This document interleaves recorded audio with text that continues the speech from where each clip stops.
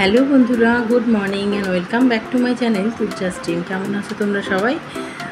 আজ শ্রাবণের প্রথম সোমবার, আর এই শ্রাবণের প্রথম সোমবারে অনেক অনেক শুভেচ্ছা জানাই তোমাদের। আর অনেক সকাল সকাল উঠে পড়েছি আজকে। আর এই সামনে যেখানে তোমরা অনেক গাছগুলো দেখতে, সেখানে এখন বাড়ি হচ্ছে। তো আর ছাদ ঢালাই হবে কয়েকদিন পর। তো তারপর ঘরে এসে চটজলদি করে ব্রেকফাস্টটা বানিয়ে নিলাম। আর আজকে করেছিলাম ডালিয়া। তো তুর্য তো খেয়ে গেল ছাতু, আর টিফিনে একটু ডালিয়াই দিয়ে দিয়েছিলাম। আজকে চটজলদি করে তারপর ঘরে এসে পুজো করে নিলাম, যেহেতু মন্দিরে যাব। তারপর রেডি হয়ে নিয়ে মন্দিরে আসলে এসে রান্নাবান্নাও আছে। তারপরেও সব কাজ করতে করতে প্রায় 10:30টার মতো বেজে গেছে।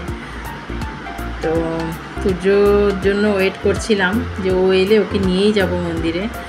তো পরীক্ষা দিয়ে চলে এসছে, তারপরে গেলাম মন্দিরে। আর আজকে ভিড়ও কী ছিল মন্দিরে, লাইনে কতজনের পর দাঁড়িয়ে তারপরে ভালো মতো পুজোটা দিয়ে আসতে পেরেছি। আর আজকে রোদটাও উঠেছিল ভীষণ।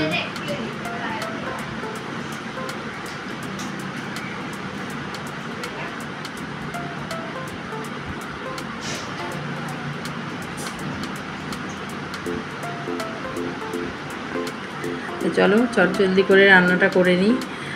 আজ রান্না করছি এই তো মুগের ডাল। তো জিরে ফোড়ন দিয়ে ডালটা আগে করে নিই, কারণ ডালটা সেদ্ধ করা ছিল অনেকক্ষণ। আর সয়াবিন রান্না হবে। সয়াবিনটা আমার ছেলের খুব পছন্দ, আর আমি নিয়েছিলাম এখানে আশীর্বাদের সয়াবিন। তো আশীর্বাদের এই সয়াবিনটা খুবই ভালো লাগে আমাদের, খেতেও টেস্টটাও অন্যরকম।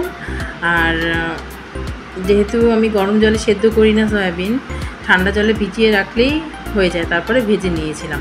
তো যাই হোক, এদিকে করলাটাও নুন হলুদ দিয়ে মাখিয়ে রেখেছিলাম। আর সয়াবিনটা যেহেতু আলু দিয়ে হবে, তো আলুটাও সেদ্ধ করে নিলাম। এদিকে সয়াবিনটাও ভেজে নেব। আর এই পদ্ধতিটা শিখেছি আমার শাশুড়ি মার থেকে। আগে সয়াবিন সেদ্ধই করে নিতাম, তো তারপরে দেখি মা আবার ওই ঠান্ডা জলে ভিজিয়ে রাখে, তাতেই হয়ে যায়। তারপরে ওই ভেজে নিলাম। তারপরে দেখো, একটু তেলের মধ্যে জিরে ফোড়ন দিয়ে টমেটো আর কাঁচা লঙ্কা দিয়ে একটু ভালো মতো ভেজে নিলাম, নুন দিয়েছিলাম একটু। আর এই তো তারপরে দিয়ে দিলাম সেদ্ধ করা আলু। আসলে আজকে করতেও চাচ্ছিলাম সেদ্ধ আলু দিয়েই সয়াবিনের এই তরকারিটা। নুন হলুদ দিয়ে আলুটাকে খানিকটা ভেজে নিয়ে জল দিয়ে দিলাম। আর এখানে আজ কোনো বাটা মশলা ব্যবহার করলাম না। তো যেহেতু গুঁড়ো মশলা আছে সব কিছু, তাই আর বাটা মশলা দিলাম না। তো দেখো, গরম মশলা আর একটু দারচিনি এলাচ, তাও আমি একটু থেতো করেই দিলাম। আর এই তো সয়াবিন দিয়ে বাস নামিয়ে নিলাম। একটু ভাজা জিরের গুঁড়ো দিয়েছিলাম। বাস এই তো আজকের দুপুরের লাঞ্চের মেনু। নিরামিষ দিনে সয়াবিন হলে আমার ছেলের খুব ফেভারিট। তারপরে ওই রান্না শেষে এসে একটুখানি বসলাম। আর এরা এত দুষ্টুমি করছিল বলার না। তো বিকেলের দিকে একটুখানি বাইরে যাব।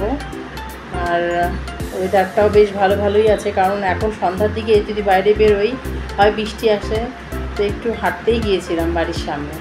তো সন্ধ্যা পূজা দিয়ে বাস শ্রাবণের প্রথম সোমবারটা এভাবেই কাটালাম। আর রাত্রের মেনু ছিল এই তো সয়াবিন, ছোলার ডাল আর পরোটা। তো বন্ধুরা, তোমরা সকলে ভালো থেকো, সুস্থ থেকো, সাবধানে থেকো। দেখা হবে অন্য আরও একটি ব্লগ নিয়ে খুব তাড়াতাড়ি। তো আজকের মতো এই পর্যন্তই, টাটা।